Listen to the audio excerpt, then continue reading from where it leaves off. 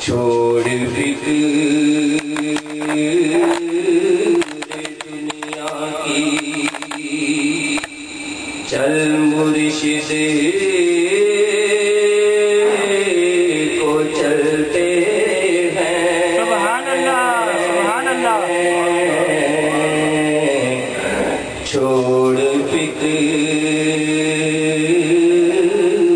دنیا کی چھوڑ فکر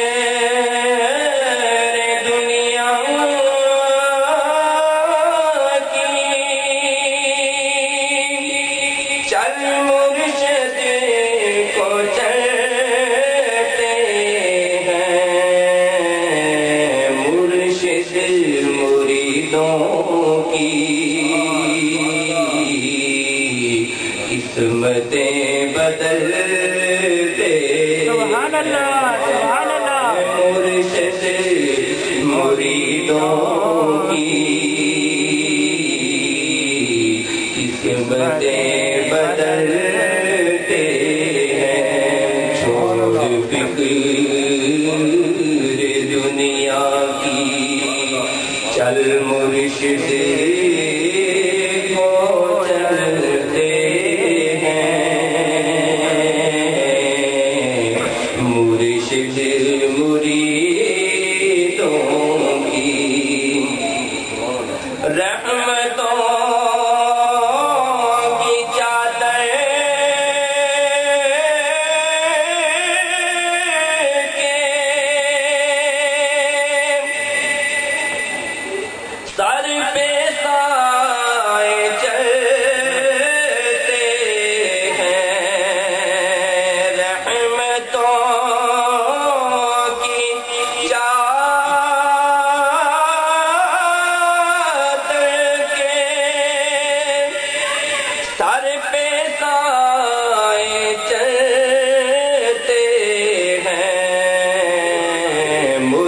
مرشد کے عاشق گھر سے جب نکلتے ہیں مرشد کے عاشق گھر سے جب نکلتے ہیں صرف ساری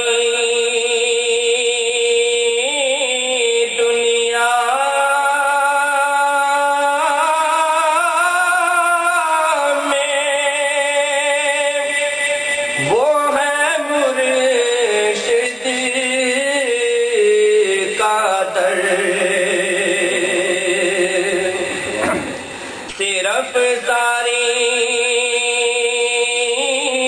دنیا میں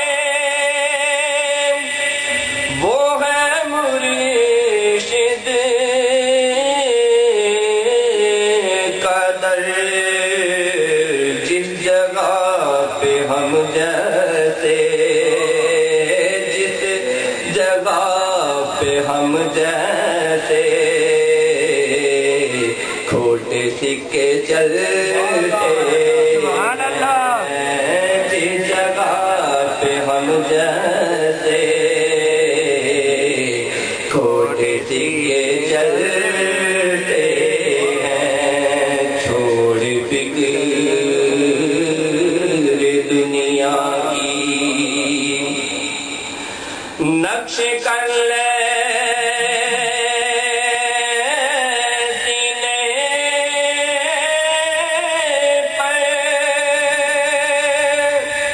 نام مرشد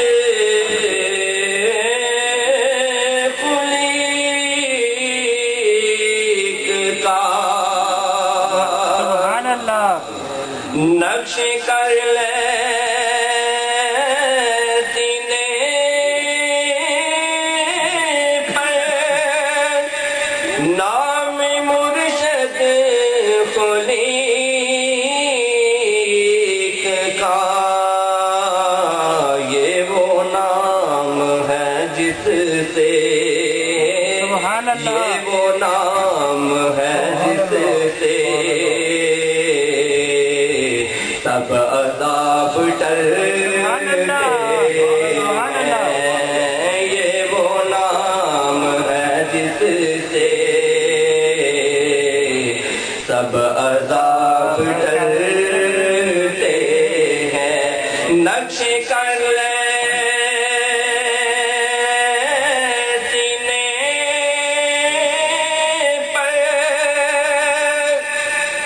نام مرشد خلیق کا نقش کر لے سینے پر نام مرشد خلیق کا جس سے یہ وہ نام ہے جس سے سب عذاب ٹلتے سبحان اللہ سبحان اللہ اور قابل غور شعر ہیں اس کو کیا ضرورت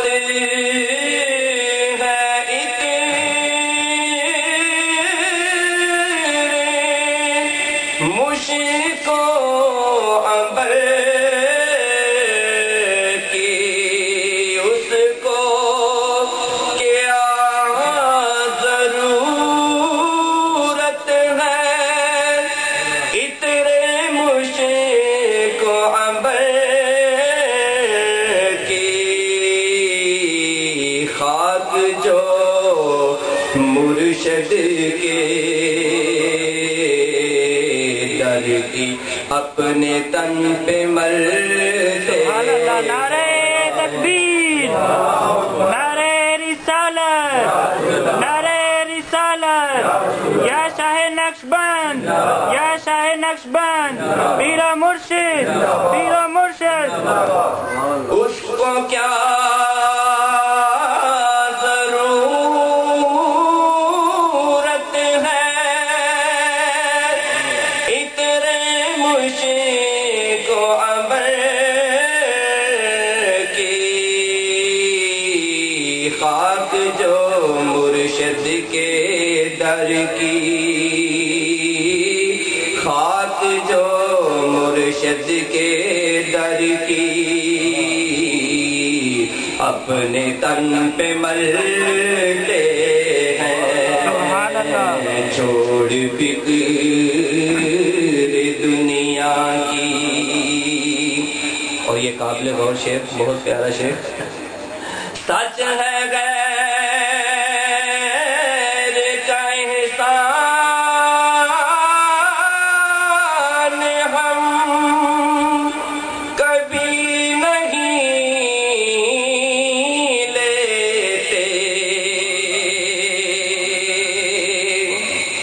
سچ ہے غیر کا احسان ہم کبھی نہیں لیتے، اے مقبول مرشد کے ہم ٹکڑوں پہ پلتے ہیں، اے مقبول مرشد کے ہم ٹکڑوں پہ پلتے ہیں۔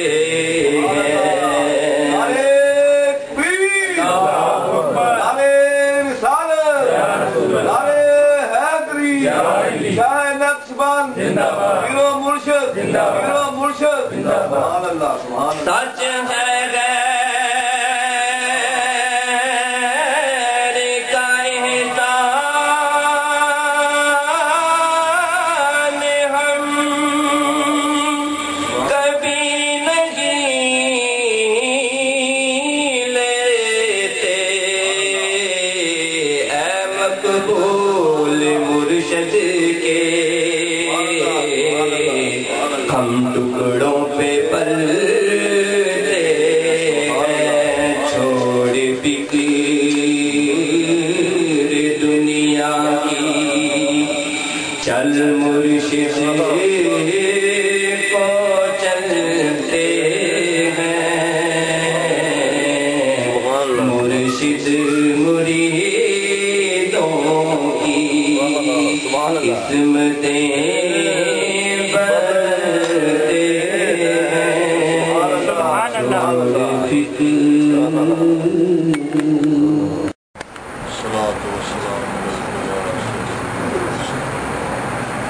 چھوڑ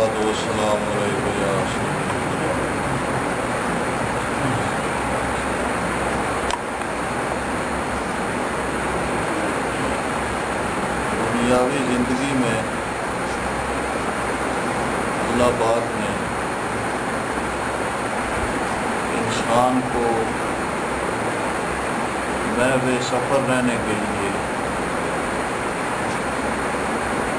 ایک راستے کا تعین فرمایا،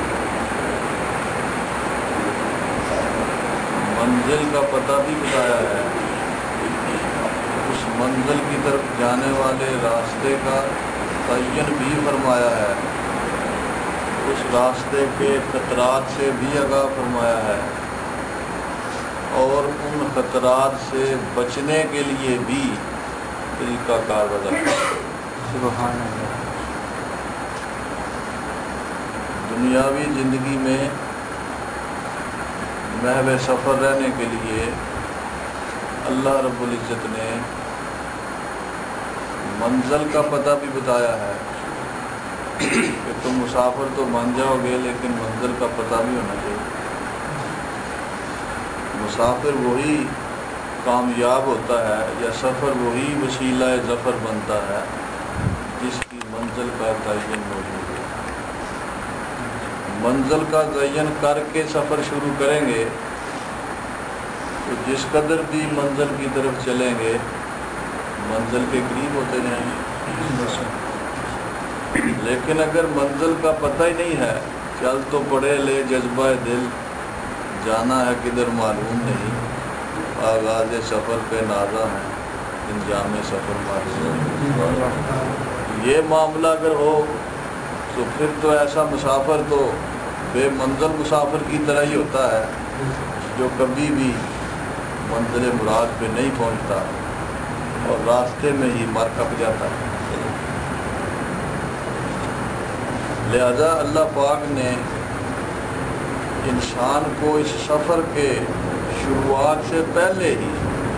منزل کی خبر دے دی کہ تمہاری منزل مقصود کیا ہے۔ منزل کی خبر دے کر پھر راستے کا پتہ بھی بتا دیا ہے کہ اس منزل کو پہنچنے والا راستہ یہ ہے۔ پھر اس راستے کی اونچ نیچ سے،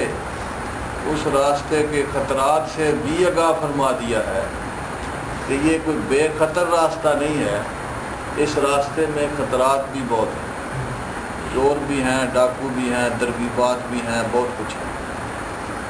لہذا ان سے بھی بچنا ہے، یہ نہ ہو کہ ان خطرات کو ذہن میں نہ رکھا جائے اور اچانک کہیں یہ خطرہ نمودار ہو جائے اور تمہاری منزل کو کھوٹا کر دے اور تمہیں بھٹکا دے۔ پھر ان خطرات سے بچنے کے لیے اس کا علاج بھی بتایا ہے کہ اگر ان خطرات سے بچنا ہے اس کے لیے بھی علاج بتایا ہے کہ اس طرح اگر کرو گے تو ان خطرات سے بچ جاؤ۔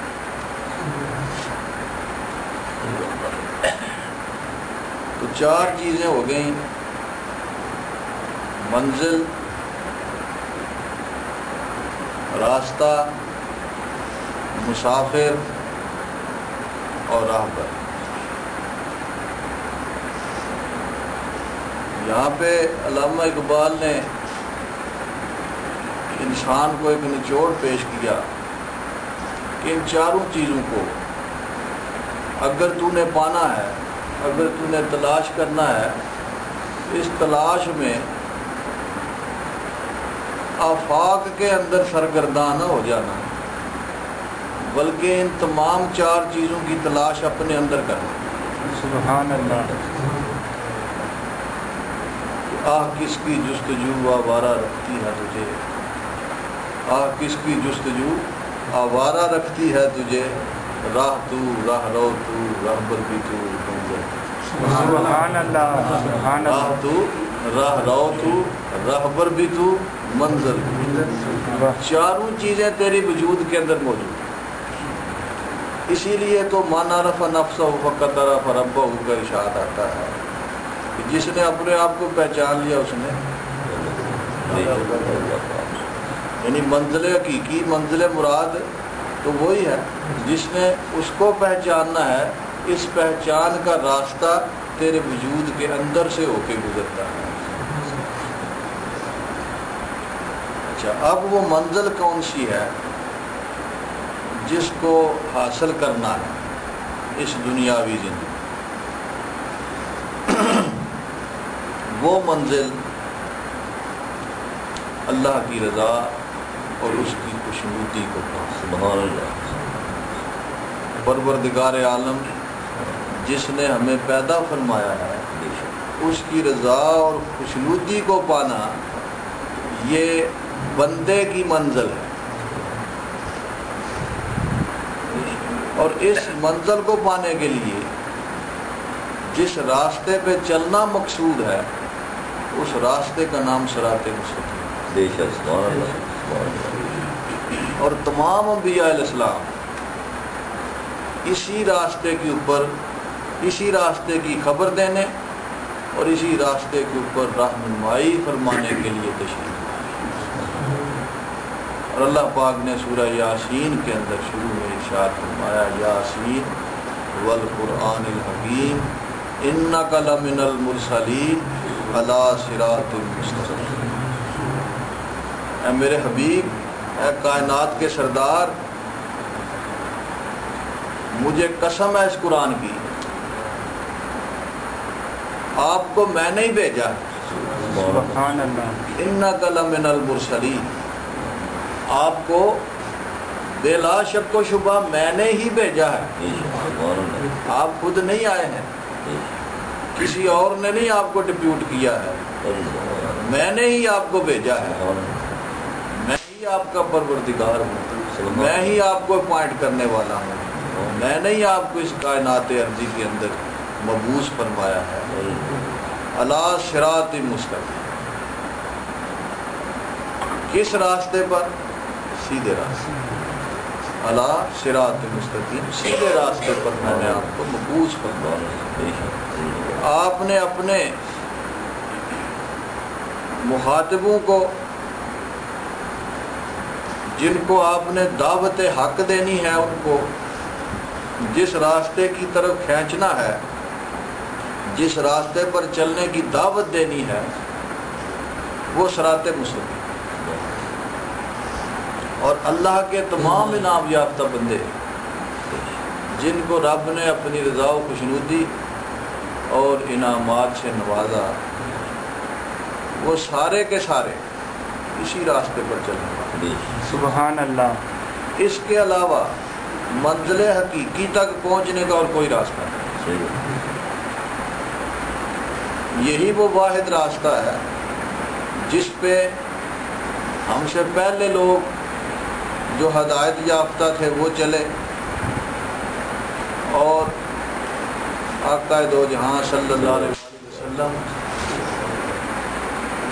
نے بھی اسی راستے کی دعوت دی، اسی راستے پر چلنے کے لیے اپنے غلاموں کی رہنمائی۔ سورہ فاتحہ کے اندر بھی اسی راستے کو اختیار کرنے کی دعوت دی گئی ہے، تلقین کی گئی ہے کہ اہدنا الصراط المستقیم، اہدنا الصراط المستقیم، اللہ تو مجھے ہدایت عطا فرما سیدھے راستے، سبحان اللہ ہدایت عطا فرما سیدھے راستے، صراط الذین انعمت علیہم، اس لیے کہ یہ وہ راستہ ہے جو تیرے انعام یافتہ بندوں کا راستہ ہے۔ اس راستے کے اوپر وہ لوگ چلے ہیں جن کو تو نے اپنے انعامات سے نوازا، اور ان انعام یافتہ ہستیوں میں اعلیٰ ترین گروہ یعنی انبیاء کا گروہ بھی ہے، ان ہستیوں میں صدیقین کا گروہ بھی ہے، ان ہستیوں میں شہداء کا گروہ بھی ہے، اور ان ہستیوں میں صالحین امت کا گروہ بھی ہے۔ یہ کسی بھی زمانے میں چار گروہ تو موجود رہے ہی ہیں، ہر زمانے میں یہ چار گروہ موجود رہے ہیں۔ ان چار گروہوں سے باہر انسانیت کے اندر کوئی اور گروہ ایسا نہیں ہے جو اللہ کا پسندیدہ ہے۔ رب کے پسندیدہ گروہوں میں سے، لوگوں میں سے ان چار کیٹیگریز کے علاوہ اور کوئی کیٹیگری نہیں ہے جو رب کو پسند ہے۔ سبحان اللہ جو ان سے باہر ہے وہ مغضوب علیہم ہے، وہ والضالین ہے، جو ان سے باہر۔ لہذا انعام یافتہ لوگوں کی کیٹیگری میں صرف چار گروہ ہیں جن کا ذکر قرآن پاک ہے، من النبیین والصدیقین والشہداء والصالحین۔ سبحان اللہ یہ چار ہی گروہ ہیں جو اللہ کے انعام یافتہ گروہ ہیں، اور ان چاروں گروہوں کا راستہ جو منزل حقیقی کی طرف جاتا تھا اور جاتا ہے وہ صراط مستقیم۔ اب اس صراط مستقیم پر چلتے ہوئے کچھ آزمائشیں آتی ہیں، کچھ رکاوٹیں آتی ہیں، کچھ خطرات درپیش ہیں، اور ان خطرات کا جو اشارہ ہے وہ بھی اللہ رب العزت نے عطا فرما دیا ہے کہ تم اس راستے پر چلتے ہوئے ہوشیار رہنا، چوکنے ہو کے چلنا، کسی کو ساتھ لے کے چلنا، تنے تنہا ہے۔ واہ تنے تنہا اس راستے پہ نہ چلنا، کسی کو ساتھ لے کے چلنا یا کسی کے ساتھ ہو جانا۔ واہ سبحان اللہ، سمجھے؟ کسی کو ساتھ لے کے چلنا یا کسی کے ساتھ ہو جانا، تاکہ اس کے ساتھ کی وجہ سے تم ان خطرات سے بچ سکو۔ اور وہ جن کا تمہیں ساتھ اختیار کرنا ہے وہ کون ہوں گے؟ وہ کونوا مع الصادقین، کونوا مع الصادقین، تم ہو جاؤ ان میرے صادقین کے ساتھ،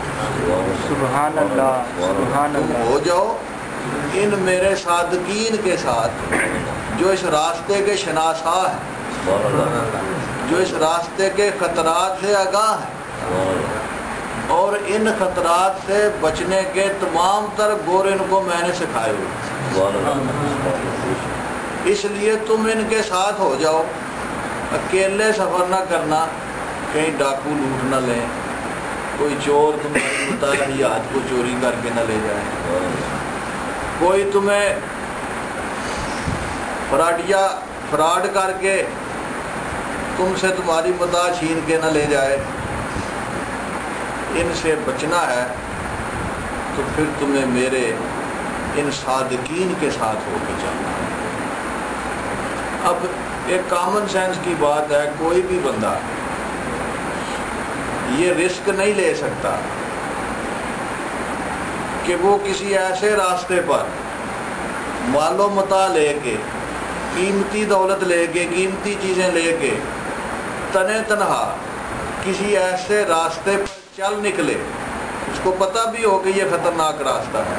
لیکن اس کے باوجود وہ قیمتی ساز و سامان لے کے تنے تنہا بغیر کسی بندوبست کے، بغیر کسی حفاظت کے چل نکلے، تو کیا وہ عقل مند ہے؟ اس سے بڑا بیوقوف تو کوئی نہیں۔ صحیح بات ہے۔ جس کو پتہ ہے کہ یہ بڑا خطرناک راستہ ہے اور اس راستے پر چلنے والوں کو لوٹ لیا کرتے ہیں، وہ کبھی بھی قیمتی مال و متاع لے کے اس راستے پر تنہا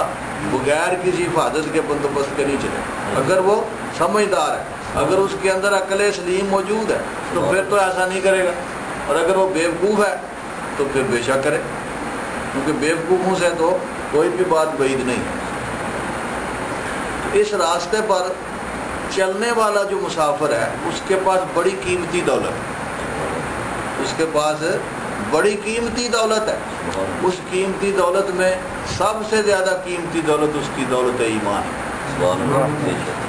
دولت ایمان جو اس کے پاس ہے وہ سب سے زیادہ قیمتی ہے۔ پھر اس کے پاس ان اعمال کی دولت ہے جو نمازوں، روزوں، زکاتوں، حجوں کی صورت میں اس کے پاس۔ اس ساری قیمتی دولت کو لوٹنے کے لیے اس راستے پہ جگہ جگہ ڈاکو اور چور بیٹھے، اور اس کو بھٹکانے کے لیے بہروپیے بیٹھے ہیں۔ یہ اپنے طور پہ سمجھے گا کہ یہ تو میرے سجن ہیں، یہ تو میرے دوست ہیں، لیکن وہ دوست نہیں ہوتے، وہ تو اس کو بہلا کے پھسلا کے اس کے اصل راستے سے اس کو گمراہ کرنا چاہتے ہیں۔ لیکن اگر اللہ کے ارشاد کے مطابق یہ صادقین کے ساتھ ہو جائے گا تو پھر پہلی بات تو یہ ہے کہ چور و ڈاکو اس کے قریب نہیں جائیں، اللہ اکبر، اس کے قریب نہیں آئیں گے، اور بہروپیوں کا دو اس پہ نہیں چلے گا۔ بہروپیہ تو وہی کامیاب ہو سکتا ہے جس کو اصل روپ نصیب نہ ہو۔ جس بندے کو اصل روپ کا دیدار نصیب نہ ہو، بہروپیہ اسی کو متاثر کر سکتا ہے، لیکن جس کے ساتھ اصل موجود ہو بہروپیہ تو اس کو متاثر نہیں کر سکتا۔ وہ فوراً اس بات سے آگاہ ہو جائے گا کہ اصل اور نقل میں بڑا فرق ہے۔ اصل تو اصل ہی ہوتی ہے، ہاں وہ کس قدر بھی اس کو پردوں میں چھپا کے رکھیں، اور ویسے بھی جو اس کے ساتھ جو رابر ہوتا ہے اس کی نگاہیں تو بہروپیوں کو پہچان دے، جو ہے پھر پردوں میں بنہا چشمے بینا دیکھ لو، جو ہے پردوں میں پنہا چشم بینا دیکھ لیتی ہے، زمانے کی طبیعت کا تقاضا دیکھ لیتی ہے. یعنی وہ جو صاحب بصیرت ہستی اس کے ساتھ ہے، اس کی نگاہوں سے وہ بیروپیہ چھپا ہوا نگاہ. حضرت ایوب رضی اللہ تعالی، حضرت ایوب علیہ السلام اللہ کے بڑے محبوب پیغمبر گزرے ہیں. جب آپ پہ آزمائش آئی،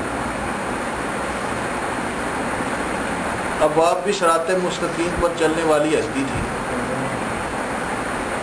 اس راستے پر بیٹھے ہوئے ایک ڈاکو نے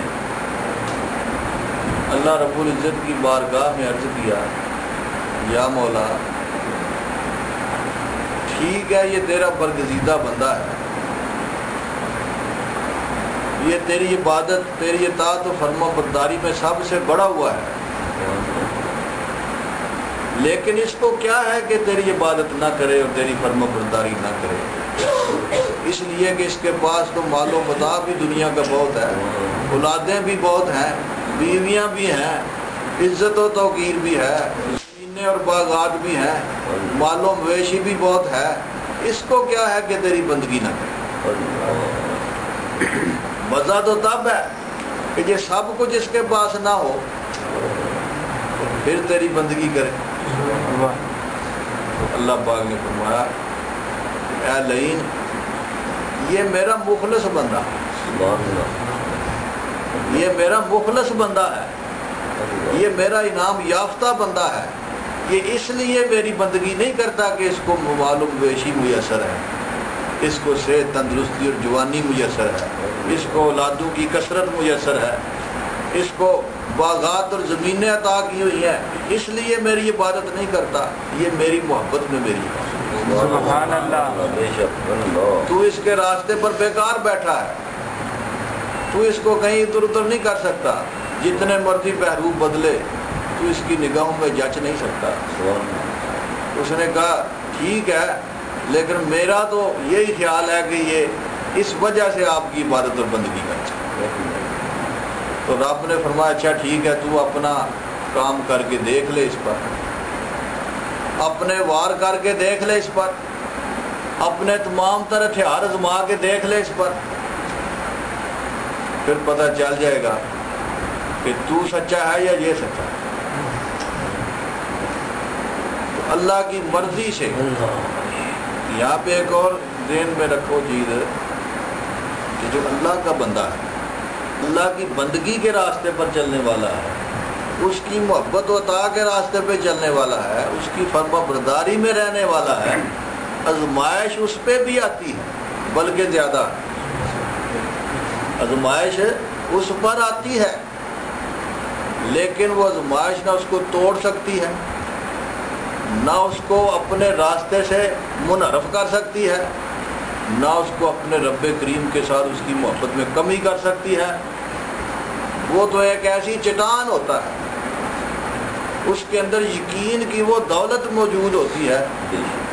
کہ جس دولت کے سہارے وہ ہر تکلیف سے ہر مصیبت سے دور ہے. جب اس انگارہ خاکی میں ہوتا ہے یقین، یہ مٹی کا جو انگارہ ہے،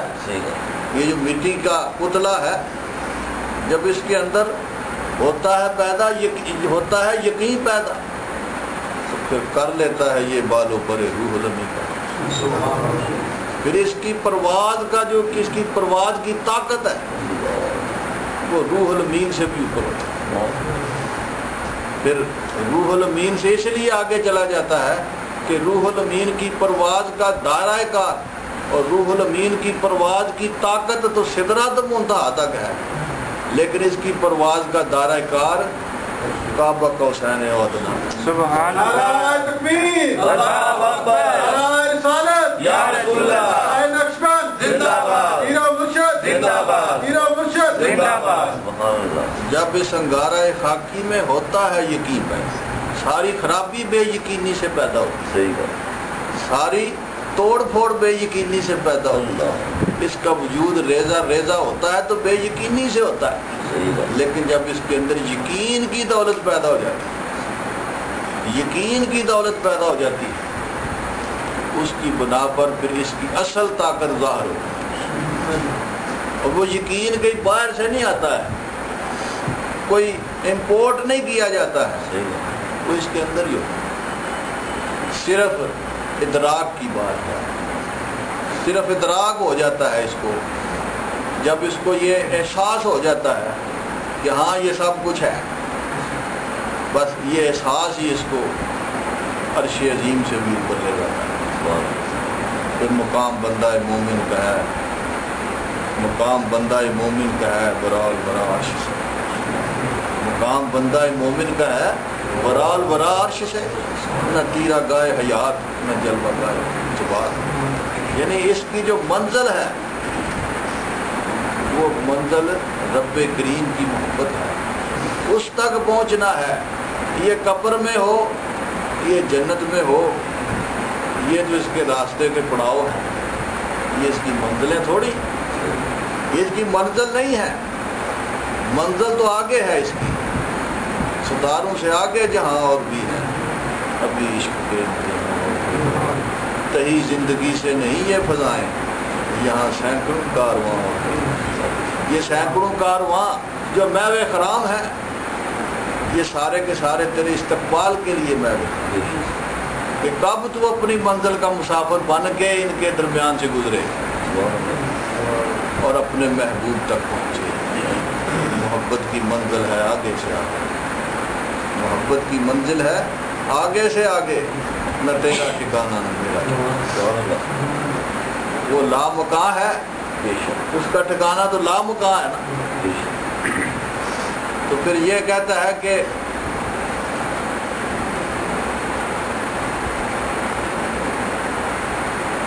اگر تو لامکاں ہے اور میں چونکہ تیری محبت میں گرفتار ہوں، تو پھر مجھے یہ بتا کہ میں کہاں، تو اگر لامکاں ہے تو میری محبت تو تیرے ساتھ، میری محبت کا رشتہ تو تیرے ساتھ جڑا ہوا ہے، میری محبت کی ڈور تو تیرے ساتھ بندھی ہوئی ہے، اب اگر تو لامکاں ہے تو مجھے بتا پھر میں کہاں، مجھے اتنا بتا دے میں۔ سبحان اللہ سبحان اللہ۔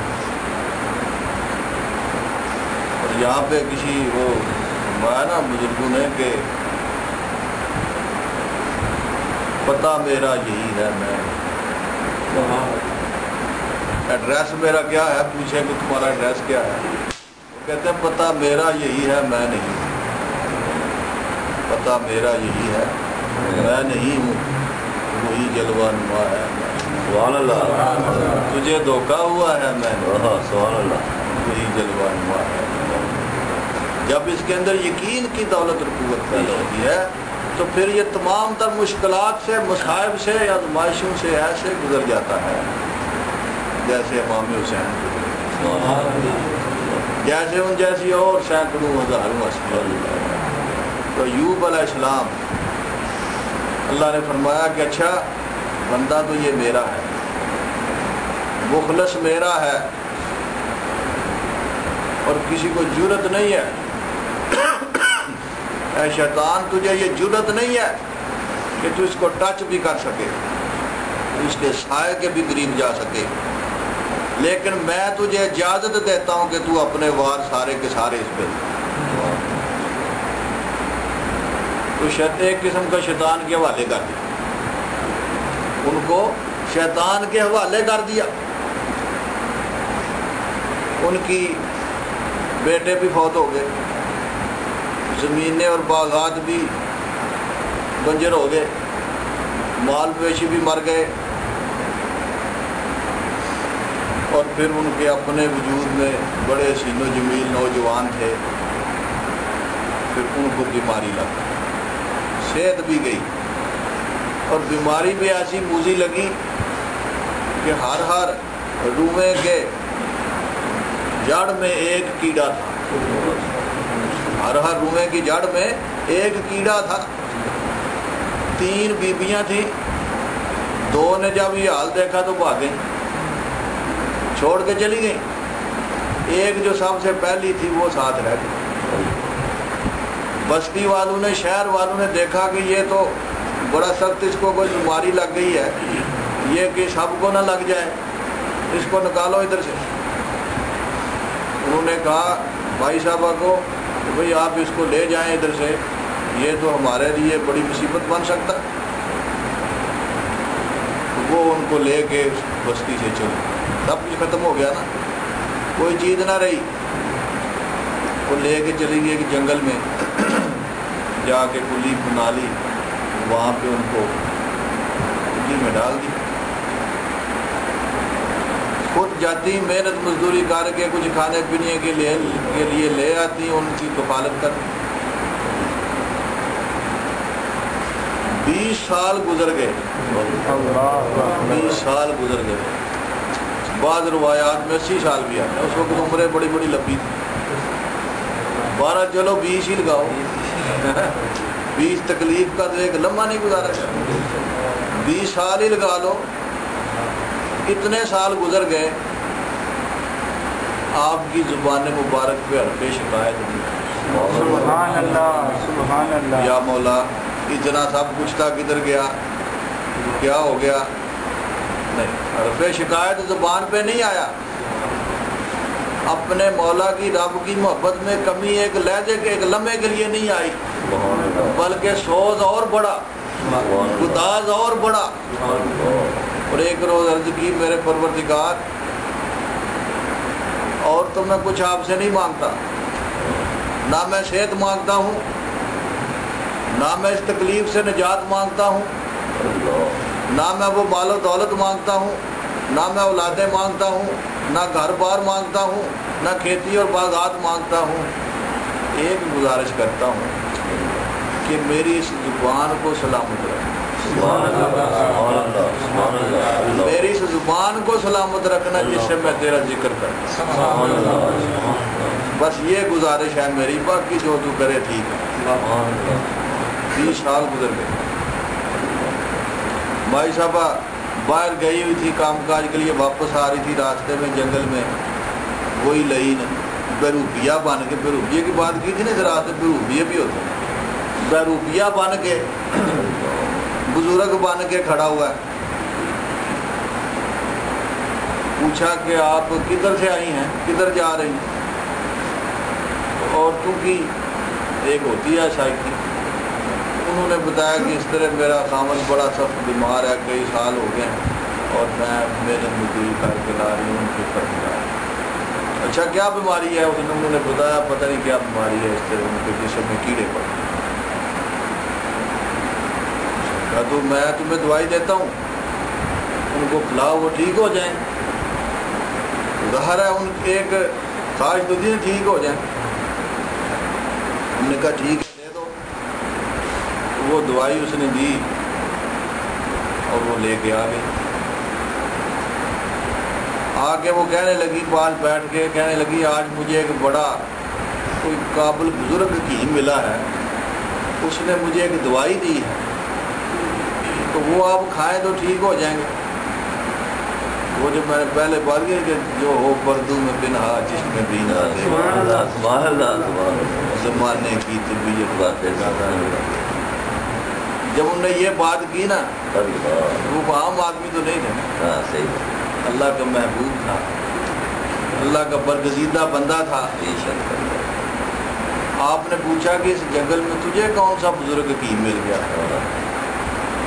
تو وہ فلاں فلاں۔ آپ نے فرمایا کہ وہ تو لعین شیطان ہے، وہ دوائیاں تقسیم کرتا پھرتا ہے، مجھے کسی دوائی کی ضرورت نہیں ہے۔ پھرا کرتے نہیں مجروح الفت فکر درمان، پھرا کرتے نہیں مجروح الفت فکر۔ یہ تو عشق کے برید ہیں، یہ جو عشق کے زخمی ہیں، یہ کسی ڈاکٹر حکیم کے چکر میں نہیں پھرتے ہیں، اپنے زخموں کے علاج کے لیے ان کے پاس نہیں جاتے ہیں۔ یہ ان کا عشق اور ان کی محبت ہی ان کے زخموں کا مطلب۔ نعرہ تکبیر، اللہ اکبر، نعرہ رسالت، عالیہ گوجرا شریف، عالیہ لاہور شریف، پیر و مرشد، پیر و مرشد، سبحان اللہ۔ کیونکہ وہ رومی صاحب فرماتے ہیں نا شاد باش ہے عشق خوش سودا شاد باش اے عشق خوش سودا ماہ اے طبیب جملہ علت ہے اے میرے عشق تو خوش رہ تو خوش رہ تو ایسی دولت مجھے مل گئی ہے کہ اے طبیب جملہ علت ہے کہ تو میرا وہ طبیب ہے میرا وہ حکیم ہے جس نے میری ہر علت کا علاج کر دیا میرے ہر مرض کا علاج کر دیا ہے میری ہر بیماری کی شفا بن گیا ہے بے شک اے دوائے نخوت و ناموس ماں اے دوائے نخوت و ناموس ماں اے کہ جالی سو افلاطون ماں یعنی یہ جو انسان کے اندر نخوت ہے فخر ہے تکبر ہے تو اس کی بھی دعا بن گیا اے دعائے نخوت و ناموس ماں تو میرے اس تکبر اور اس فخر اور اس مرتبے کی جو ایک اندر تفخر ہے اس کے لیے بھی تو دوائی بن گیا ہے اور اے کہ افلاطون و جالی نوس ماں یہ دو کیوں ہیں بڑے مشہور تو میرے لیے افلاطون و جالی نوس بن گیا ہے کہ ہر مرض کا علاج تو تیرے پاس ہے مجھے کسی کے پاس جانے کی ضرورت ہی نہیں تو آپ نے فرمایا کہ یہ دوائی شوائی پھینک دے پائے وہ شیطان لعین ہے جس نے تجھے بے راہ کرنے کی کوشش کی ہے اور مجھے اس نے اس کوشش اور اس حملے سے مجھے اپنے مالک کی درگاہ سے ہٹانے کی کوشش ہے یہ دوائی کھا لے گا اور مقام رضا سے گر جائے جس طرح ابراہیم خلیل اللہ علیہ الصلوۃ والسلام نے کسی فرشتے کی دعوت قبول نہیں کی کسی فرشتے کی مدد قبول نہیں کی کیونکہ خلیل اللہ تھے خلیل اللہ کسی کی مدد قبول کر لیتا پھر نار گلزار نہ لیکن وہ چونکہ ایسے مقام سے لوگ فائز ہوتے ہیں کہ ان کو کوئی ترغیب دھوکہ نہیں دے سکتے ان کو کسی قسم کا کوئی شیطانی وار ان کے اوپر اثر انداز نہیں ہو سکتا تو آپ نے فرمایا کہ جب مجھے رب تعالیٰ تندرستی دے گا تو تیرے اس فعل کی کہ جرم میں تجھ میں 100 درے لگاؤں 100 درے لگاؤں گا بیوی کو یہ خیر جب وہ مدت پوری ہو گئی اللہ پاک کا غضب جوش میں آ گیا اور آپ نے فرمایا لعین بس اب تیری کھیل ختم ہو گئی تیری حجت پوری ہو گئی ہے تو نے دیکھ لیا اس کے ایمان میں اس کے ایقان میں اس کے یقین میں اس کی محبت میں اس کی بندگی میں ایک تنکے کے برابر بھی فرق آیا تو نے اپنی کر کے دیکھ لی ساری اب بس تیری کھیل ختم ہو گئی جبریل امین آتے ہیں بار مارا وہ خیمے کے اندر ایک چشمہ بن فرماتے ہیں کہ آپ اس چشمے میں نہا رہے جیسے ہی آپ نے چشمے میں نہا کے باہر نکلے جسم کے اوپر کسی بیماری کا نام و نشان بالکل صحت یاب تھے اور وہی جوانی وہی وقت وہی صحت وہی تندرستی دوبارہ لوٹ آئی مائی صاحبہ جب واپس آئی تو انہوں نے دیکھا کھٹک گئی دیکھ کے یہ کون مرد ادھر بیٹھا ہوا ہے 20 سال سے جس بیمار کو دیکھ رہی تھی پہچانا ہی نہیں یہ کون بیٹھا ہوا ہے کہتی ہیں کہ یہاں پہ ایک بیمار آدمی بیٹھا تھا تم کون ہو مسکرا کے کہتے ہیں میں ہی تو یوں ہوں اس نے کہا یہ کیسے یہ کایا پلٹ گئی یہ تبدیلی آ گئی آپ نے فرمایا یہ میرے رب کا فضل ہے یہ میرے رب کا فضل عظیم ہے جو اپنے بندوں پر فرماتا ہے اب وہ جو قسم کھائی تھی کہ 100 کو درے لگاؤں گا اس قسم کو پورا کرنا چاہا اللہ پاک نے وہی فرمائی کہ میرے تو میرا پیارا ہے یہ تیری خدمت گزار یہ وفادار ہے جو میرے محبوبوں کے میرے پیاروں کے وفادار اور خدمت گزار ہوتے ہیں، میں ان کی تکلیف برداشت نہیں کرتا۔ ٹھیک ہے وہ تیرے مرتبے پر تو نہیں ہے، پر تیری خدمت گزار تو ہے، تیری فرما بردار تو ہے، پھر یہ کیسے ہو سکتا ہے کہ میں اس کی تکلیف میں خوش ہو جاؤں؟ یہ نہیں ہو سکتا کہ تو اس کو درے لگائے، اس کو تکلیف ہو، میں یہ برداشت نہیں کر سکتا۔ لیکن تیری قسم کا پورا کرنا بھی ضروری ہے۔ ایسے کر 100 تنکے لے، 100 تنکے لے کر ایک ایک تنکا کر کے اس کے جسم سے مس کرنا ہے، لگے نا اس کو مس کرنا ہے تنکا، ایک درے کے برابر ہو جائے گا۔ اس طرح تیری قسم بھی پوری ہو جائے گی اور میری بندی کو تکلیف بھی کوئی نہیں۔ پھر اللہ رب العزت نے ان کو دوبارہ وہی شان و شوکت، وہی سب کچھ بھی عطا فرمایا۔ یہ ہے صراط مستقیم پہ چلنے والوں کے راستے میں اس قسم کے خطرات اور اس قسم کے بہروپیے آ جاتے ہیں۔ وہ تو اللہ کے پیغمبر، اللہ کے پیغمبر کو معاف نہیں کیا گیا، اللہ کے پیغمبر کو، لیکن چونکہ پیغمبر تو براہ راست اللہ پاک کی نگرانی میں ہوتا ہے، پیغمبر تو براہ راست اللہ پاک کی نگرانی میں ہوتے ہیں، اس لیے ان کو تو کسی اور سہارے کی اور کسی اور ساتھ کی ضرورت نہیں ہوتی، لیکن جو پیغمبروں کے پیروکار ہیں، جو پیغمبروں کی امتی ہیں، ان کو ان کے سہارے کی ضرورت ہے۔ اسی لیے اللہ پاک نے فرمایا کونوا مع صادقین، تم میرے ان صادق اور محبوب بندوں کو ساتھ لے لو یا ان کے ساتھ ہو جاؤ تاکہ اس راستے کے خطرات سے بچ جاؤ۔ اور یہاں پہ رومی صاحب نے فرمایا کہ یہ جو راستہ ہے یہ آفتوں سے، خطرات سے پر ہے، آفتوں اور خطرات سے پر ہے،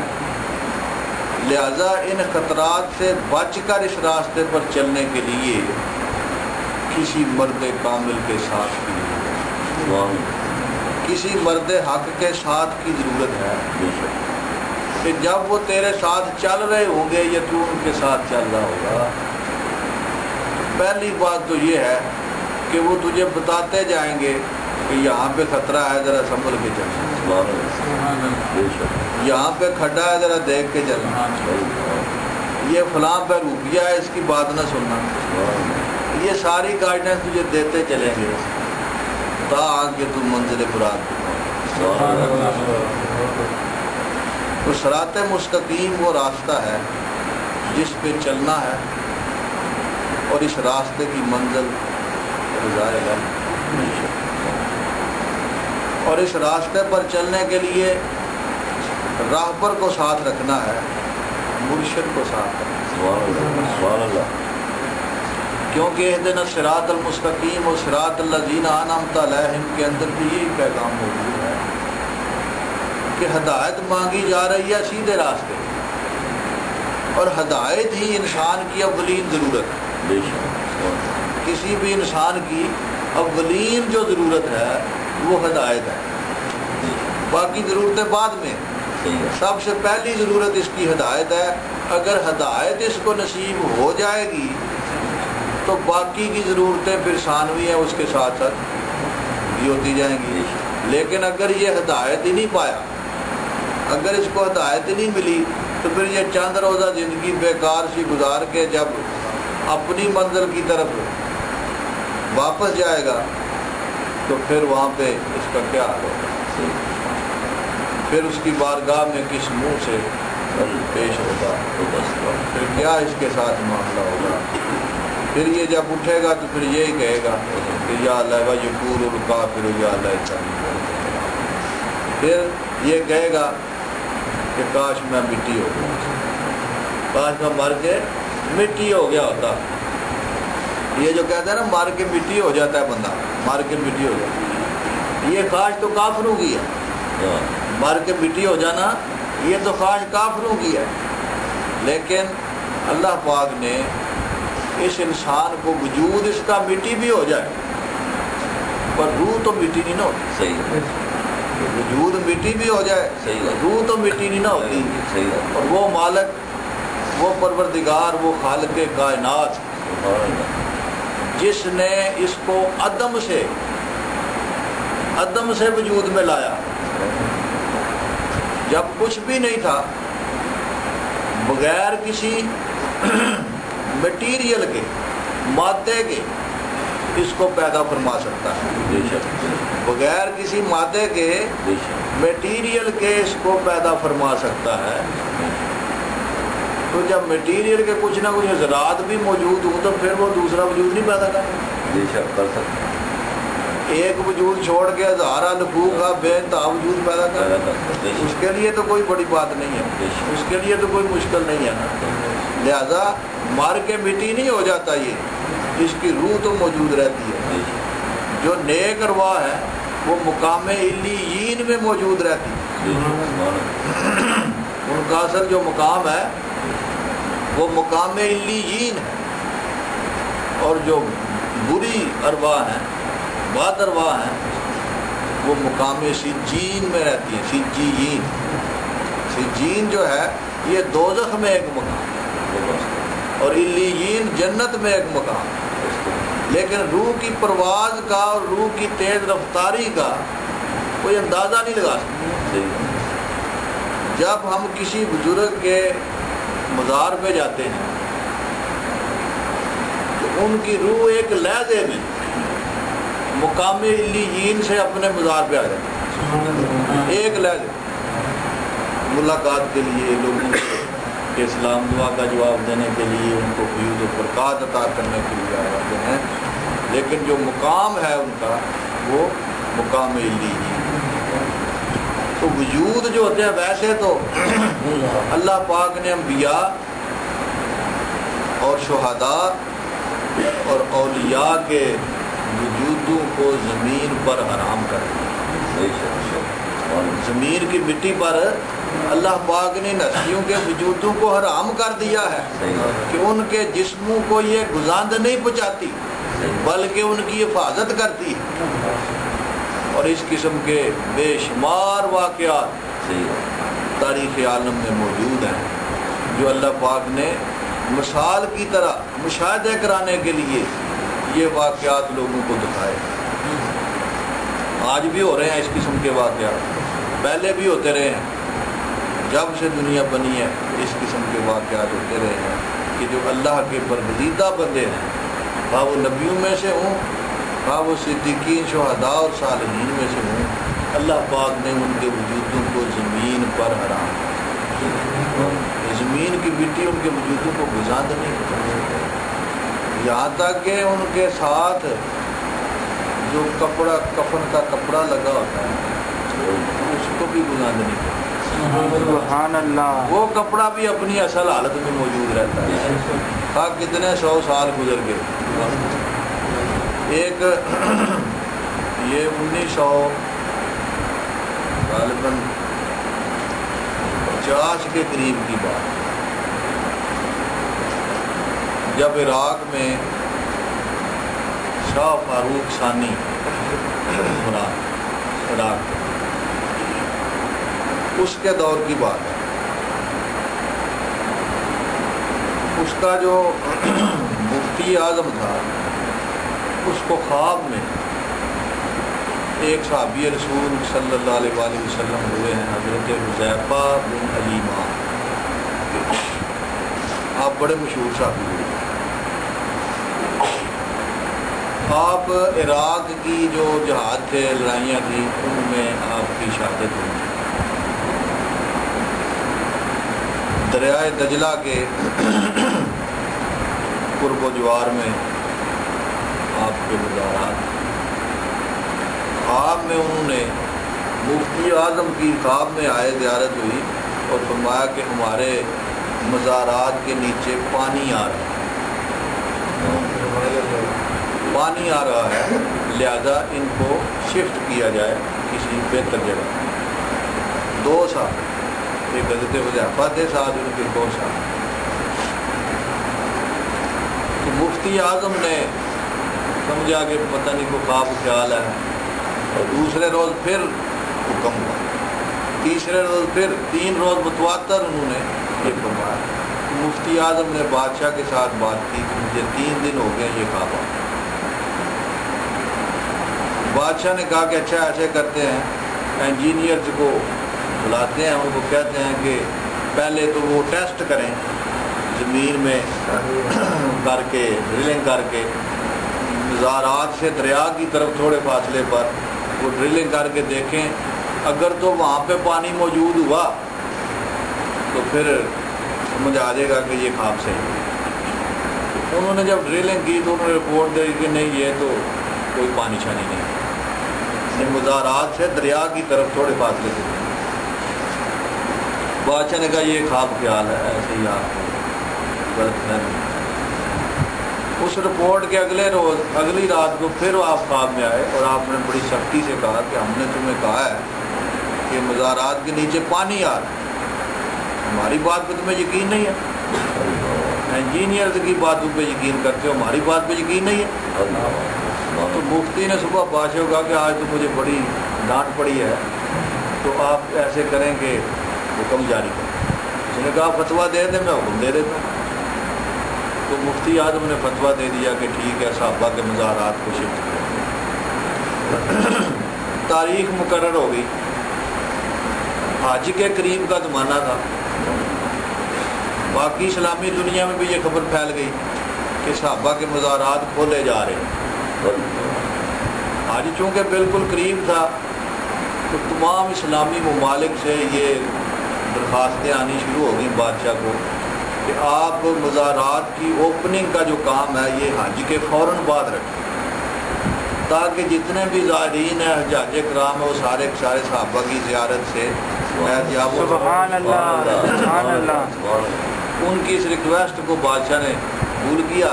اور حج کے فوراً بعد مزارات کی اوپننگ کا وقت رکھا۔ خیر جب اپنی مقررہ تاریخ کو ویزوں کی انہوں نے چھوٹ دے دی، پرمٹ کے اوپر ہی لوگوں کو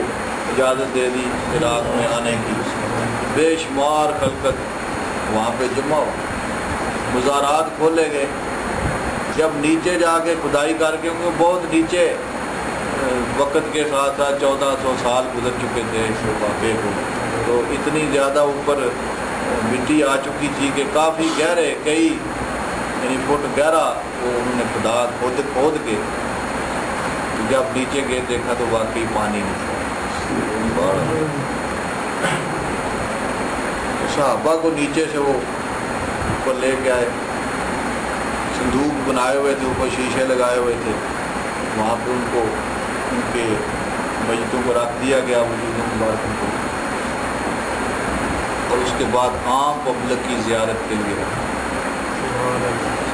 لوگ قطاروں میں آ کے ان کی زیارت کرتے اور گزرتے جاتے۔ کئی روز تک یہ سلسلہ جاری رہا، اتنی خلقت تھی وہ دن رات میں بھی کئی روز تک یہ سلسلہ چلتا رہا۔ صحابہ کے جسام بھی بالکل صحیح سلامت تھے، ان کے کفن بھی صحیح سلامت تھے، اور ان کی آنکھیں جو تھیں وہ تھوڑی تھوڑی کھلی ہوئی تھی، نیم ہوا آنکھیں جو ہے نیم ہوا تھوڑی تھوڑی کھلی ہوئی۔ ایک جرمنی کا ڈاکٹر تھا آئی اسپیشلسٹ، وہ بھی اتفاق سے ادھر کہیں عراق میں آیا ہوا تھا اور ان زیارت کرنے والوں میں وہ بھی شامل ہو گیا۔ اس نے بھی گزرتے گزرتے صحابہ کی زیارت کی۔ اس کا چونکہ شعبہ تھا آئی تو آنکھیں تھوڑی تھوڑی کھلی ہوئی تھیں، تو وہ اپنے شعبے کا ہر بندے کو ایک ہوتا ہے اس کے اوپر زیادہ اس کی کنسنٹریشن ہوتی ہے۔ اس نے جب ان کی آنکھوں کو دیکھا تو وہ پہلے تو گزر گیا، لیکن پھر اس نے جو وہاں پہ انتظامیہ کا کوئی ہیڈ تھا ان کو جا کے ملا اور اس نے ریکویسٹ کی کہ مجھے علیحدگی میں جب یہ پبلک کا رش ختم ہو جائے سارا، علیحدگی میں مجھے ان ہستیوں کی آنکھوں کا معائنہ کرنے کی اجازت۔ انہوں نے پوچھا کہ کیوں، کیا وجہ؟ اس نے کہا میں آئی اسپیشلسٹ ہوں، جرمنی کا رہنے والا، میں نے گزرتے ہوئے جو آبزرو کیا ہے اس کے مطابق میں یہ سمجھتا ہوں یا میرا یہ اندازہ ہے کہ یہ آنکھیں کسی مردہ انسان کی آنکھیں ہیں۔ سبحان اللہ سبحان اللہ سبحان اللہ۔ لیکن میں اپنے اس شک کو دور کرنا چاہتا ہوں۔ انہوں نے اس کو اسپیشلی اس بات کی اجازت دے دی معائنہ کرنے کی۔ جب اس نے معائنہ کیا تو معائنے کے بعد وہ کہنے لگا کہ میں یہ قسم کھا کے کہہ سکتا ہوں سبحان اللہ، میرے تجربے کی روح سے یہ آنکھیں کسی مردہ انسان کی آنکھیں نہیں۔ ان آنکھوں کے پیچھے نور موجود ہے، سبحان اللہ، سبحان اللہ، ان کے پیچھے زندگی موجود ہے، سبحان اللہ، اور وہ تمام تر سمٹم جو ایک زندہ انسان کی آنکھ میں ہوتے ہیں وہ سارے ان آنکھوں کے اندر موجود ہیں۔ سبحان اللہ، سبحان اللہ، اس معجزے کو دیکھ کر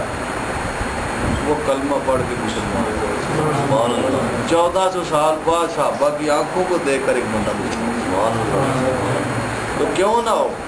جن آنکھوں نے جمال مصطفیٰ صلی سبحان اللہ اللہ، سبحان اللہ، سبحان اللہ، سبحان اللہ، ان وہ آنکھیں کیسے پڑھ سکتی؟ ہاں ہاں ہاں، سبحان اللہ، بے شک، حضرت غوث علی شاہ پانی پتی رحمۃ اللہ علیہ کے بزرگ گزرے ہندوستان۔ سبحان اللہ، آپ کی ایک کتاب بھی ہے تذکرہ غوثیہ کے نام سے، اس میں آپ لکھتے ہیں کہ میں نے سنا کہ کسی علاقے میں ایک آدمی ہے، اس کے پاس حضور کا جبہ مبارک ہے۔ سبحان اللہ، وہ کہتے ہیں میں اس شوق میں سفر کر کے اس علاقے میں گیا اس بندے کے پاس، اور میں نے اس کو درخواست کی کہ مجھے وہ حضور کا جبہ مبارک کی زیارت کروائیں، اتنی دور سے آیا ہوں۔ اللہ، انہوں نے زیارت کروائی۔ اب میں نے اس کو عرض کیا، اس کو کہا کہ آپ مجھے یہ بھی اجازت دیں کہ میں حضور کا یہ جبہ مبارک اپنے سر پر۔ سبحان اللہ، اس نے کہا ہمارا یہ دستور تو نہیں ہے، یہ بڑی قیمتی چیز ہے، ہم اس طرح اس کو نہیں کرتے، لیکن آپ چونکہ بزرگ شخصیت ہیں، اتنی دور سے آپ چل کے آئے ہیں تو چلے ٹھیک ہے، آپ کو میں اجازت دیتا ہوں۔ وہ کہتے ہیں کہ میں نے جب آپ کا جبہ مبارک اپنے سر پہ رکھا سبحان اللہ، اس وقت سورج چمک رہا تھا، سبحان اللہ، سورج چمک رہا تھا اور چیزوں کا سایہ بڑھ رہا تھا۔ سورج جب چمک رہا ہوتا ہے تو چیزوں کا سایہ ہوتا ہے نا۔ سبحان وہ اللہ، کہتے ہیں جیسے میں نے حضور کا جبہ مبارک اپنے سر پہ رکھا میرے وجود کا سایہ غائب ہو گیا، سبحان اللہ، سبحان اللہ، سبحان اللہ، سبحان میرے اللہ، وجود کا سایہ غائب ہو گیا۔ اللہ، اور دیکھو جس ہستی کے جبے میں یہ طاقت و قوت سبحان اللہ، سبحان اس اللہ، کی لطافت کا یہ حال ہے۔ سبحان اللہ، حضور کے جسم مبارک کا سایہ نہیں تھا، سبحان اللہ، آپ کا وجود اقدس اس قدر لطیف تھا سبحان اللہ، کہ اس کا سایہ نہیں تھا، اللہ، لیکن حضور نے کپڑے بھی پہنے ہوتے تھے، سبحان اللہ، وہ کپڑے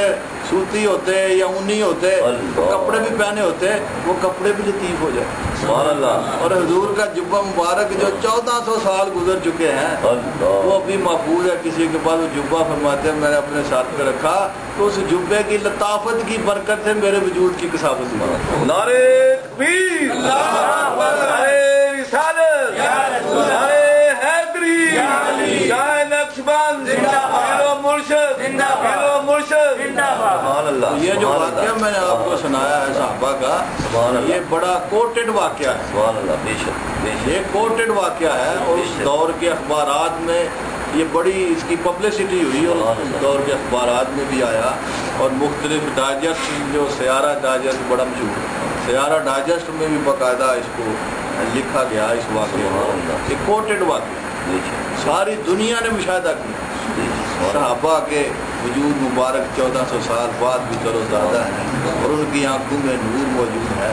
اور وہ ایک ڈاکٹر سرٹیفائی کر رہا ہے کہ ایک زندہ انسان کی آنکھیں جتنے سمٹمز رکھتی ہیں وہ ان آنکھوں کے اندر موجود سبحان ہے۔ اللہ، اور کیوں نہ ہو جن آنکھوں نے جمال مصطفیٰ کے نظارے سبحان اللہ، سبحان کیے، اللہ، ان آنکھوں میں کیسے مردنی چھا سکتی صحیح، ہے، بے شک، ان آنکھوں کو کیسے موت آ سکتی سبحان ہے، اللہ، وہ تو زندہ جاوید ہو جاتی ہیں، بے شک، اور جن وجودوں نے اپنے ہاتھ حضور سے مس کیے، سبحان اللہ، جن کے سبحان اللہ، وجود حضور سے مس ہو گئے، سبحان اللہ، ان وجودوں کے اندر کیسے زوال آ سکتا ہے، سبحان اللہ، بے شک، ان وجودوں کو زمین کیسے کھا سکتی ہے، بے شک، کیسے اس کی مٹی ان کو بے تکلیف شک، ہو سبحان جاتی اللہ، ہے۔ تو یہ اصل میں ہمارا عقیدہ ہے، بے شک بے شک یہی اصل میں ہمارا یقین ہے بے شک کہ وجود آدم بڑی عظمت کا بے شک وجود آدم بڑی عظمت کا عمل ہے، بشرطے کہ یہ اپنی عظمت کو پا جائے، بے شک سبحان بشرطے کہ یہ اپنی عظمت کا پاسبان بن جائے۔ اللہ، اگر یہ پاسبان نہیں بنتا، یہ مٹی ہو کے رہنا چاہتا ہے صحیح بات، تو پھر مٹی ہے، صحیح لیکن اگر یہ اس مٹی کے حال سے باہر نکلنا چاہتا ہے پھر پورے پیر رومی رات سبحان اللہ سبحان اللہ، بے شک تا ترا بخشت خدا سولو خدا، سبحان اللہ، اور پیر رومی خاکرا اکسیر کر از غبارم جلوہ ہاتھا میں کر۔ جب تجھے کوئی ایسی ہستی مل جائے سبحان اللہ، جو تجھے تیرے باطن کے راز سے آگاہ کر دے، سبحان اللہ، اس آگاہی کی بدولت تیری یہ مشت خاک جو غبار راہ تھی یہ جلبوں کی رازدار بن جائے، سبحان اللہ، پھر اللہ پاک اپنے ان جلبوں کی نعمت تجھے عطا فرمائے۔ نعرے تکبیر، نعرے سالت، نعرے حیدری، جانے نقشبند، پیرو مرشد، پیرو مرشد، پیرو مرشد، سبحان اللہ سبحان اللہ، اتنے نور کے جلوے سبحان اس اللہ خاک میں سے گزرے سبحان اللہ تو پھر یہ خاک تو نہیں رہتی، سبحان اللہ، بے پھر شک یہ اللہ، جلووں کی رازدار بن جاتی بے شک سبحان اللہ، اللہ پاک انہی احوال کی بدولت بے شک، اس انسان کی عظمت کا ذکر فرماتا ہے بے شک سبحان کہ اللہ، یہ جو انسان ہے اس کی مشت خاک کو میں نے اپنے جلوار کے جلووں سے بے شک، اس قدر روشن کر دیا بے ہے شک سبحان اللہ، کہ یہ روشنی جس کو حضور نبی کریم صلی اللہ علیہ وسلم کا ایک واقعہ میں نے سنا کہ ایک کوئی رات تھی، بڑی اندھیری تھی، باہر شاید موسم بھی خراب تھا، صحابہ نے اپنے اپنے گھروں کو جانا تھا، عرض کرتے ہیں یا رسول اللہ بڑی اندھیری رات ہے، راستے نظر نہیں آتے ہیں، سبحان اللہ، کیا کریں؟ تو حضور کے پاس ایک چھڑی رکھی ہوئی تھی، کوئی کسی درخت کی کھجور کی ہوگی شاخ یا کوئی بھی مرغی، حضور نے وہ شاخ پکڑ کے ایک صحابی کو دی کہ یہ لے جاؤ، جیسے وہ شاخ آپ نے پکڑ کے دی وہ روشن ہو گئی، سبحان اللہ سبحان اس اللہ، طرح ٹارچ روشن ہوتی ہے سبحان اللہ، اس طرح روشن ہوگی، تمہارے جاؤ یہ لے جاؤ تو اس سے تمہیں راستہ نظر آتا ہے۔ سبحان اللہ، وہ چھڑی لے کے جدھر جاتے راستے، اب باہر نکلے تو انہوں نے سوچا یار یہ تو ایک چھڑی ہے، اللہ ہمارے گھر تو کسی کا ادھر ہے، کسی کا ادھر ہے، کسی کا ادھر ہے، تو کیسے کریں؟ سبحان اللہ، تو انہوں نے کیا کیا، یہ انہوں نے خود اجتہاد کیا اجتہاد کیا انہوں نے ادھر ادھر سے کچھ چھوٹیاں اپنی سب نے اکٹھی کر لی، انہوں نے کہا اس کے ساتھ لگا لو سارے، سبحان اللہ سبحان اللہ، تو ہر ایک نے اپنی اپنی چھوٹی اس کے ساتھ لگائی تو وہ بھی روشن ہو۔ سبحان اللہ سبحان یہ اللہ، ہے کہ جب اس ہستی کا جو موجودہ سبحان اللہ، یہ کمال ہے کہ اس نور نے جب کسی شے کو چھوا تو وہ بھی نور بن گیا، کہ جس کے دل میں حضور کا بسیرا ہو، سبحان اللہ دل سبحان میں وہ اللہ، بسیرا کر لے جس سبحان اللہ ہو جائے، اور حقیقت یہی ہے کہ مومن کے دل میں حضور کا بسیرا، بے شک سبحان اللہ، در دل مسلم مقام مصطفیٰ، سبحان اللہ، بے شک در دل مسلم مقام مصطفیٰ، آبرو ما نام مصطفیٰ۔ اصل میں مومن کی پہچان، مومن کا زیور، مومن کی طاقت، مومن کی قوت بے شک سرکار دو عالم صلی اللہ علیہ وسلم کے ساتھ ہے۔ بے شک اگر ان کا ساتھ نہیں ہے، بے شک، ان کی محبت نہیں ہے، ان کی محبت اس کے دل میں موجود نہیں ہے، بے شک، اگر یہ ان کو اپنے قریب نہیں سمجھتا ہے، بے شک، اپنے ساتھ نہیں سمجھتا ہے تو پھر یہ مسلمان نہیں، یہ صحیح بات، پھر یہ مسلمان نہیں ہے۔ صحیح ہے، اللہ پاک نے تو یہی فرمایا نا، النبی اولا المؤمنین من انفسہم،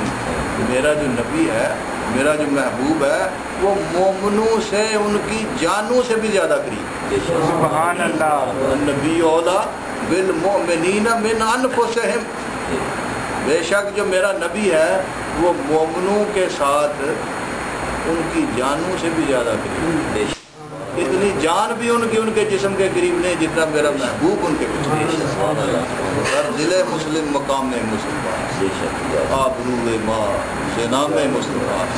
ہماری عزت ان کے نام سے ہے، بے شک، ہماری توقیر ان کے نام سے ہے، بے شک، اگر ان کی محبت، ان کا عشق دل میں موجود نہیں ہے تو مسلمان ہے، بے شک، تو نہ سمجھے اپنے آپ کو مسلمان، صحیح بات، مسلمان تو وہ ہے جس کے دل میں حضور کی محبت ہو، بے شک، جس کے دل میں حضور کی چاہت ہو، یہی اس کی عزت کا معیار ہے، یہ اس کی توقیر کا ہے۔ تو صراط مستقیم پر چلنے کے لیے سرکار دو عالم صلی اللہ علیہ وسلم کی یہ جو تربیت یافتہ وجود ہے، جو آپ کے فیض یافتہ وجود ہے، ان وجودوں کا ساتھ بے شک ان کا ساتھ ہوگا تو پھر اس راستے کے خطرات سے بچ جائیں بے شک، اور یقیناً منزل مراد پر حفاظت سے پہنچ بے شک بے شک بے شک۔ یہی آج کی گفتگو کا ماحصل ہے بے شک، یہی آج کی گفتگو کا پیغام ہے کہ جس کو یہ ساتھ مل وہ اس کو مضبوطی سے پکڑے بے شک، اور اتنی مضبوطی سے پکڑے کہ زندگی کی آخری سانس تک یہ دامن ہاتھ سے نہ بے شک، زندگی کی آخری سانس تک یہ دامن ہاتھ سے نہ چھوٹے بے شک، کیونکہ جس نے وفا کی، وفا کے ساتھ چلا وہ کامیاب، جس نے بے وفائی کی وہ کامیاب۔ لا پرید جئی محمد جاگ وچ رہے گا، یعنی اس طرح ساتھ نبھائے، اس طرح وفا کرے کہ کبھی بھی وفا کا یہ رشتہ ٹوٹنے نہ پائے، اس کی زندگی کی سانس کی ڈوری ٹوٹ جائے لیکن وفا کا رشتہ نہ ٹوٹے۔ حالانکہ ہر شے کو فنا ہے، لاکھ ہزار بہار حسن دی اندر خاک سمانا، جتنے بھی خصوصیات ہیں، کمالات ہیں، عہدے ہیں، مرتبے ہیں، سب فنا ہو جائے، ختم ہو جانے والے۔ لاکھ ہزار بہار حسن دی اندر خاک سمانی، تو لا پرید جئی محمد جگ گجرے، لیکن تو اس طرح کی وفا کر جا، تو اس طرح کی وفا کر جا کہ تیرے مرنے کے بعد بھی تیری داستان موجود ہے، تیرے اس دنیا سے جانے کے بعد بھی تیری داستان موجود رہے۔ ایسا نہ ہو کہ تیری داستان بھی نہ ہوگی داستانوں میں، ایسا نہ ہو۔ یہ وہ لوگ ہیں جنہوں نے یہ پرید لگائی، یہ داتا صاحب ہیں، یہ میاں میر صاحب ہیں، مجدد صاحب ہیں، یہ بابا فرید ہیں، خواجہ غلام فرید ہیں، یہ وہ لوگ جنہوں نے پرید لگائی پکی، دنیا سے چلے گئے، پردہ کر گئے، اس عالم ظاہر میں سے عالم باطن میں ٹرانسفر ہو گئے، لیکن ان کے نام بھی زندہ ہیں بے شک، سبحان اللہ، ان کے کام بھی زندہ ہیں بے شک، ان کی وفا کے کارنامے بھی زندہ ہیں بے شک، سبحان اللہ، اور قیامت تک یہ کارنامے اور ان کا اجلا پن بڑھتا ہی جائے بے شک، بڑھتا ہی جائے سبحان اللہ۔ اللہ پاک اپنے نور کو بڑھاتا ہی جاتا ہے، بڑھاتا ہی جاتا ہے، بڑھاتا ہی جاتا ہے، اس کا نور کم نہیں ہوتا، یہ اس کے نور کے پتلے ہیں، یہ لوگ اس کے نور کے پتلے ہیں۔ ان لوگوں نے وفا کی ہے اپنے مرشد کے ساتھ، اپنے راہبر کے ساتھ، اپنے محبوب کے ساتھ وفا کی ہے زندگی کی آخری سانس تک۔ اللہ پاک نے ان کی وفاؤں کا صلہ ان کو یہ عطا فرمایا کہ جب تک یہ دنیا صبح قیامت تک ان کے نام زندہ رہیں گے، ان کے کام زندہ رہیں گے، لوگ عقیدت و محبت سے ان کی طرف چل کے آیا کریں گے۔ کہ وہ ایک جگہ علامہ اقبال نے کہا تھا نا کہ زیارت گاہ اہل عزم و ہمت ہے لحد میری، زیارت گاہ اہل عزم و ہمت ہے لحد میری، کہ خاک راہ کو جس نے ہے بخشا راز البندی، یہ وہ خاک ہے جس نے البند پہاڑ، بڑا بلند پہاڑ ہے، اس پہاڑ کی عظمتوں کا راز میری خاک نے انسانوں کو بتایا ہے۔ اس کی عظمت کا راز کیا ہے؟ اس کی عظمت کا راز یہی ہے کہ یہ کسی عظمت والے کی وفا کا شکار ہے بے شک، سبحان اللہ، بے شک، یہ اس ہستی کی وفا کا شکار ہو جائے اور زندگی کی آخری سانس تک اس سے وفا بے شک۔ اور جن کو وفا کی یہ منظر نہیں نصیب، جن کو ایسے لوگوں کی صحبت و محبت اور رہنمائی نہیں نصیب، ان کو چاہیے کہ وہ اس رہنمائی کو حاصل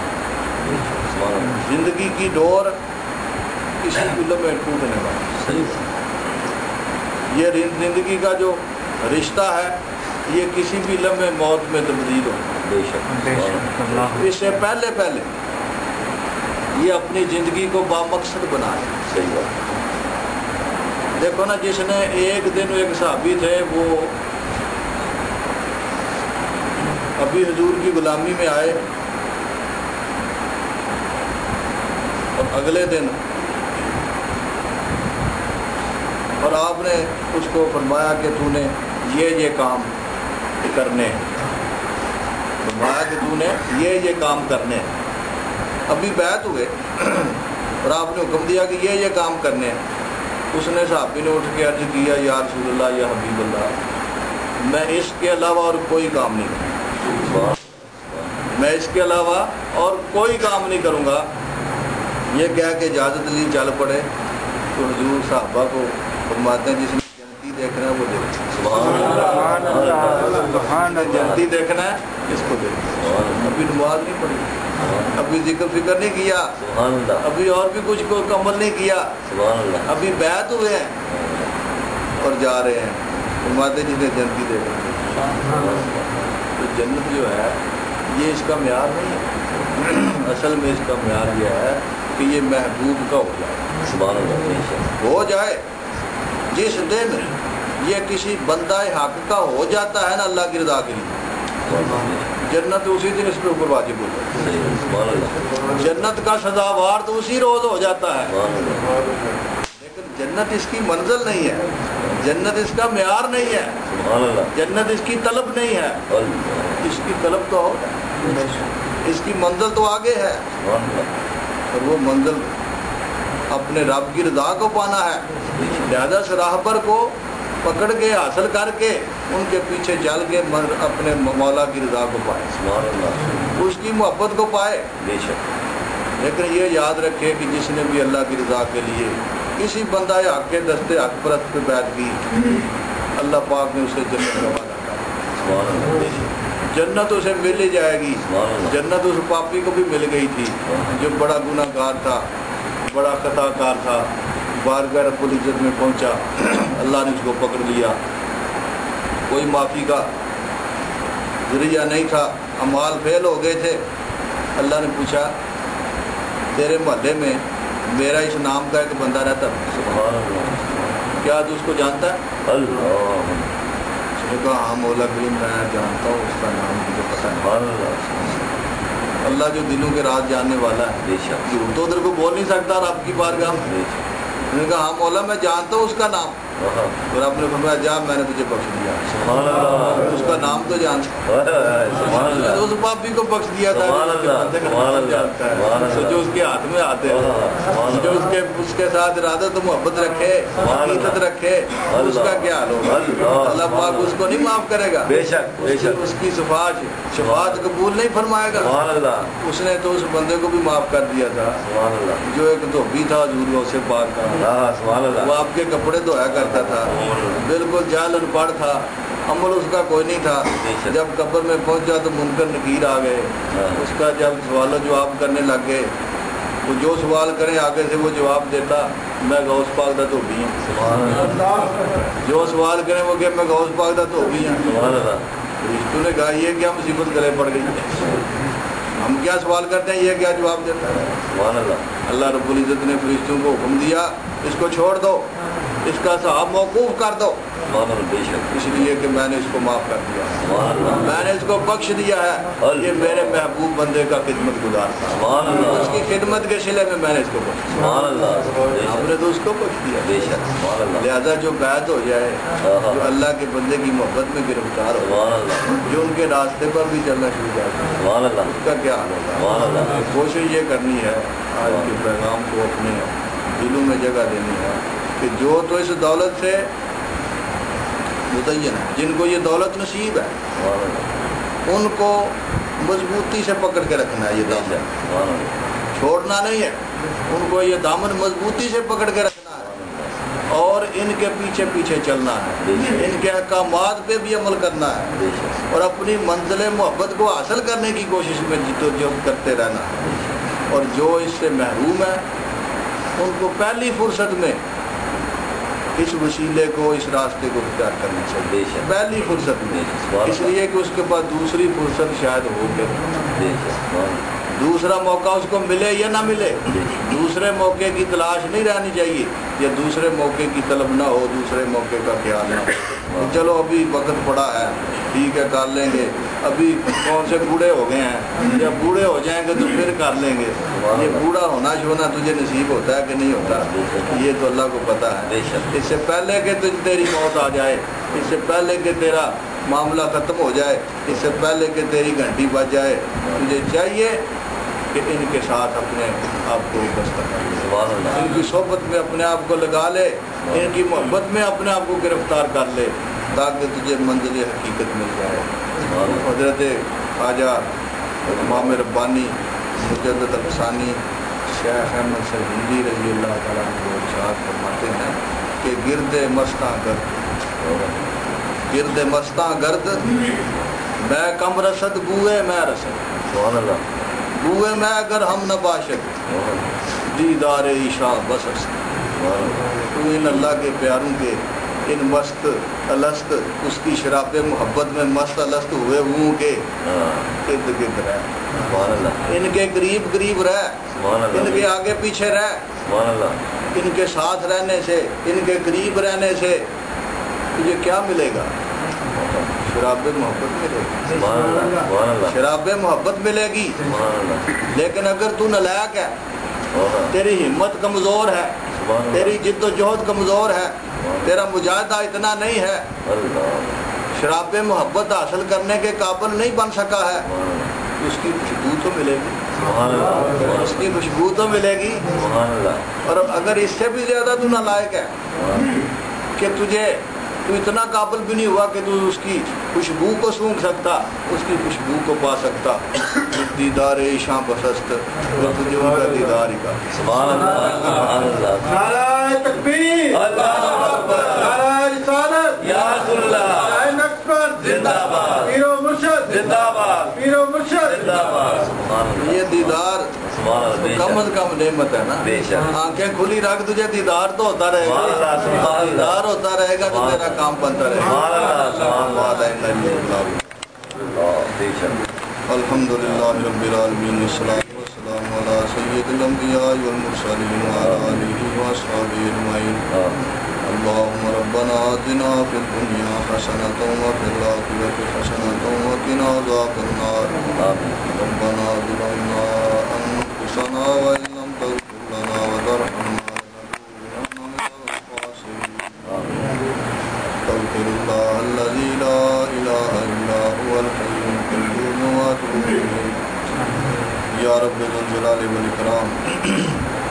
اس محفل پاک میں جس قدر میں خاجگان پڑھا گیا، ذکر اذکار کیا گیا،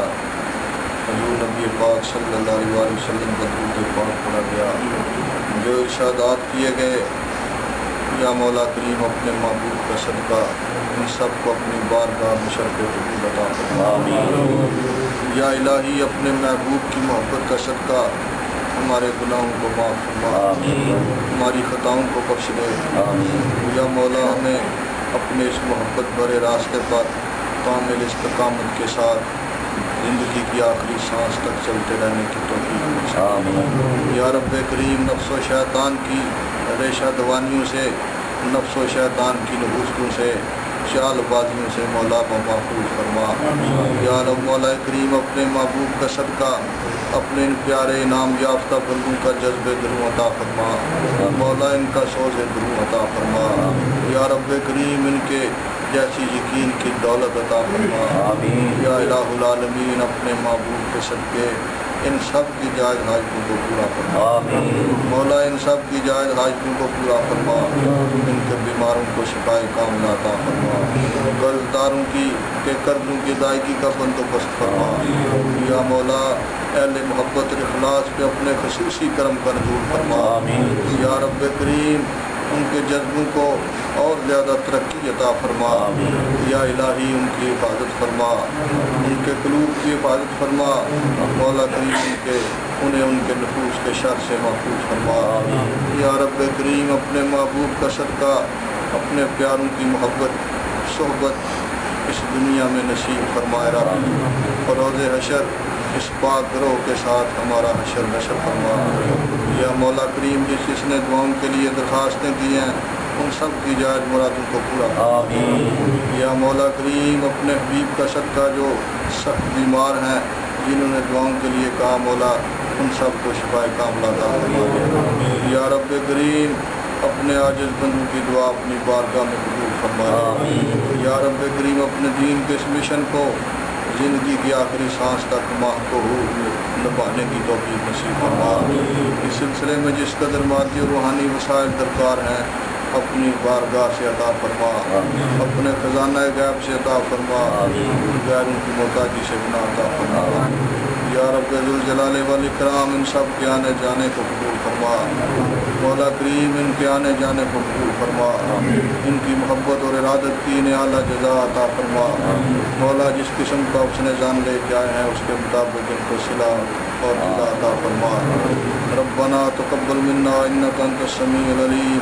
وتب علینا انک انت التواب الرحیم۔ صلی اللہ تعالی علی رسول خیر خلقہ سیدنا و مولانا محمد وآلہ واصحابہ اجمعین۔